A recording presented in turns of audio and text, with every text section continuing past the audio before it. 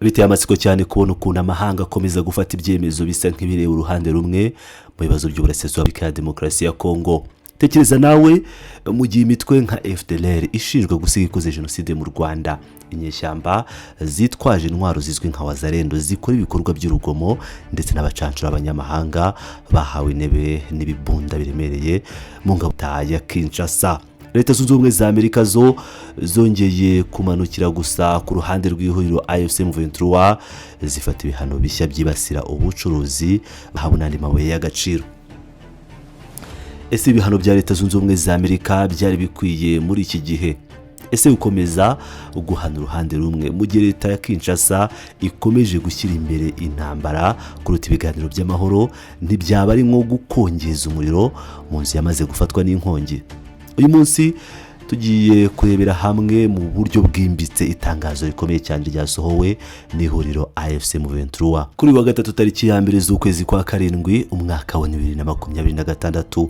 Ni itangazo rishyira ukuri hanze rikambika ubusa uburyarya bw'amahanga ndetse rikanagaragaza imizi y'umwiryane ukomeje kugarika imbaga muri Kongo. Bana nanjye kugeza ku musozo kuko ibyo tugiye kugarukaho bishobora guhindura ishusho wari ufite kuri iyi ntambara. Mu by'ukuri itangazo rya AFC M23 ritangira n'ihuriro ridasanzwe mu bitekerezo hagati yabo na Leta zunze ubumwe za Amerika. Ni ibintu bitangaje. Muri itangazo ryashyizweho umukono na Lawrence Kanyuka, umuvugizi w'ihuriro AFC M23, ivuga ko yemeranya n'abanyamerika ku ihame rimwe rikomeye cyane: ubutunzi bw'amabuye y'agaciro bwa Kongo bugomba mbere na mbere kugira akamaro abaturage b'abanyekongo. Ariko se mu by'ukuri niko bimeze? Kongo ni igihugu gicumbikiye amabuye y'agaciro abarirwa mu mamiliyari y'amadolari, zahabu, coltan, cobalt, diamant. Ariko iyo urebye imibereho y'abaturage, no kuvuga umuturage wo muri Kivu y'Amajyaruguru, Kivu y'Amajyepfo cyangwa Ituri, wibaza niba koko atuye hejuru y'ubwo butunzi bwose. AFC M23 ibisobanura neza, ivuga ko ubutunzi kamere butagereranywa bukomeje gutunga no gukiza agasigo gato cyane k'abategetsi bari mu murwa mukuru i Kinshasa. Aba bategetsi babayeho mu buzima buhenze mu gihe umubare munini ndetse udashobora no kubarwa abanyekongo usigaye mu bukene bukabije, umutekano muke n'imibereho mibi iteye agahinda. Ibihano bya Amerika rero mu maso ya M23 bisa nk'ibiyobya uburari, kuko ikibazo nyakuri atari ukuba M23 cyangwa undi mutwe ukorera mu burasirazuba ugenzura amabuye, ahubwo ni ruswa yimakajwe n'imiyoborere mibi imaze imyaka za mirongo yatumye ubutunzi bwa Kongo buba umuvumo ku baturage bayo aho kuba umuvugisha. Benshi bibaza impamvu M23 yongeye kubura imirwano, cyangwa se impamvu uyu mutwe wasabye guhuzwa n'andi mashyaka ya politike mu ihuriro rya Alliance Fleuve Congo AFC. Iri tangazo rirasubiza mu magambo akakaye AFC M23 yibukije amahanga n'abareba ibya Kongo bose ko ari umutwe ugizwe n'abanyekongo kavukire, si abanyamahanga nk'uko guverinoma ya Kinshasa ikunda kubiririmba ikwirakwiza icengeza amatwara. N'abaturage bafashe intwaro babitewe n'akarengane ndengakamere. Iri tangazo rishyira ahagaragara ibyaha bikomeye Leta ya Kinshasa yijanditsemo cyangwa yarebereye. Bavuga ko bahagurukiye kurwanya ironda koko, ihezwa n'ivangura, hakorwa ibikorwa by'ubunyamaswa ndengakamere birimo no kurya abantu, cannibalisme, aho twabonye amashusho ateye ubwoba ku mbuga nkoranyambaga y'abantu bishwa bagatwikwa kuko gusa basa cyangwa bavuga ururimi rw'Ikinyarwanda. M23 ivuga ko yahagurukiye guhagarika ibijyanye n'ibisa nk'itsemba bwoko ryibasiye abavuga Ikinyarwanda muri icyo gihugu, hamwe n'imiyoborere mibi yuzuye mu ruswa yashegesha igihugu mu gihe kirekire. Kuba rero Leta zunze ubumwe za Amerika zifata ibihano kuri aba bantu bahagurukiye kwirwanaho no kurengera ubuzima bwabo, ntacyo bikemura ku mizi y'ikibazo. Ikiri tangazo ryibandaho cyane n'uburyarya n'amaboko abiri amahanga akoresha mu gukemura ikibazo cya Kongo. M23 ivuga ko gufata ibihano bireba uruhande rumwe mu gihe hari ibiganiro by'amahoro byari bigeze ahantu hakomeye, bari ukohereza ubutumwa budahwitse kandi nta mahoro arambye bishobora kuzana. reka twibaze kuki nta bihano bifatirwa leta ya Kinshasa.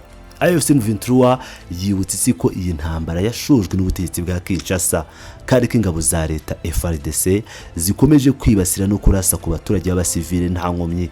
Icyo baje kurusha ibindi no kuntu amahanga akomeza kurebera uruvange rw'imitwe y'iterabwoba ishyigikiwe na leta. Itangazo rirerekana ku mugaragaro ko FARDC yinjiye mu mikoranire ya hafi ndetse ikinjiza mu nzego zayo umutwe wa FDLR.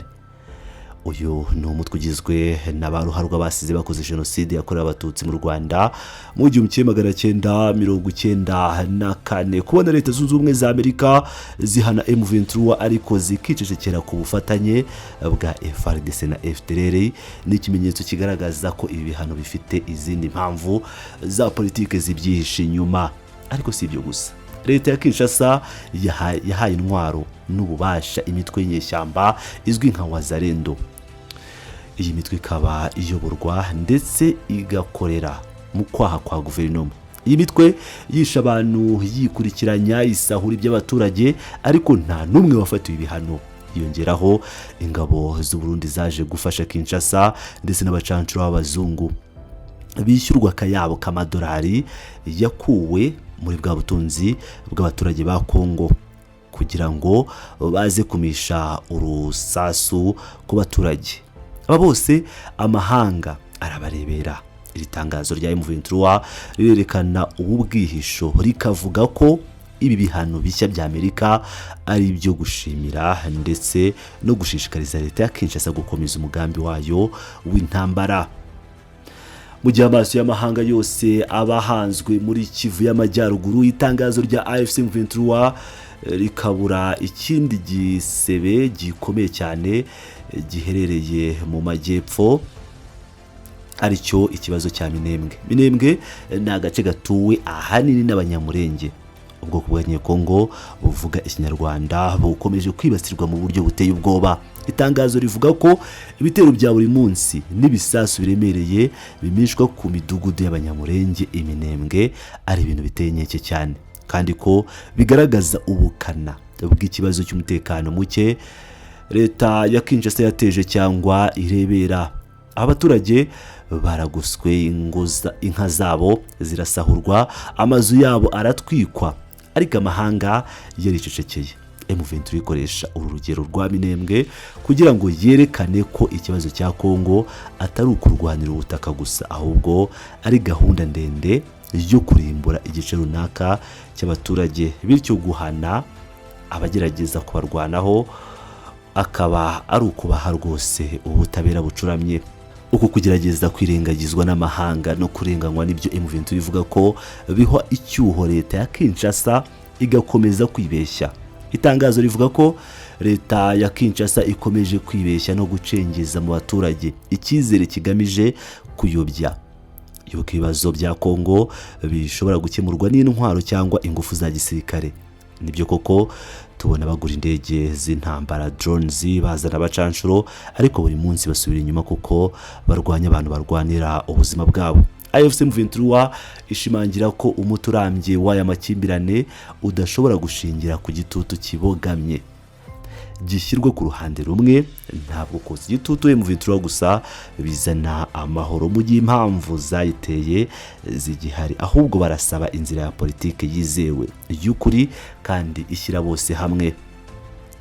Iyi nzira igomba gukemura imizi y'ikibazo kuko ariyo yatumye amamiliyoni y'Abanyekongo avanwa mu byabo, akabura umutekano, agashyirwa mu bukene bwa naho nikora kandi akamburwa uburenganzira bw'ibanze bwo kwiteza imbere.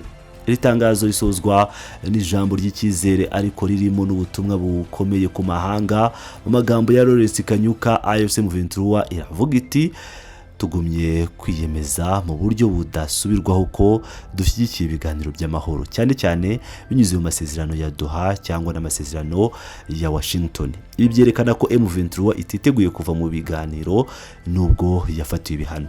Basoje biyemeza gukomeza kurinda abaturage b'abasivile no gukomeza urugamba rwo gushyiraho imiyoborere ibereye abaturage, aho umutungo kamere wa Repubulika ya Demokarasi ya Kongo uzacungwa mu mucyo mu buryo bunoze kandi ku nyungu gusa z'abanyekongo bose, nta n'umwe uhejwe cyangwa hatabayeho kuvangura. Mu gusoza iyi nkuru, isesengura ry'iri tangazo ryerekana neza ko ibibazo by'uburasirazuba bwa Repubulika ya Demokarasi ya Kongo bikiri kure cyane yo gukemuka, niba umuryango mpuzamahanga n'ibihugu bikomeye nka Amerika bikomeje gufata ibyemezo bipfukirana ukuri, gufatira ibihano M23 wibagije FDLR, Wazalendo n'abacanshuro, ni nko kuvura ibimenyetso by'indwara ariko ukirengagiza agakoko kayitera cyangwa virusi.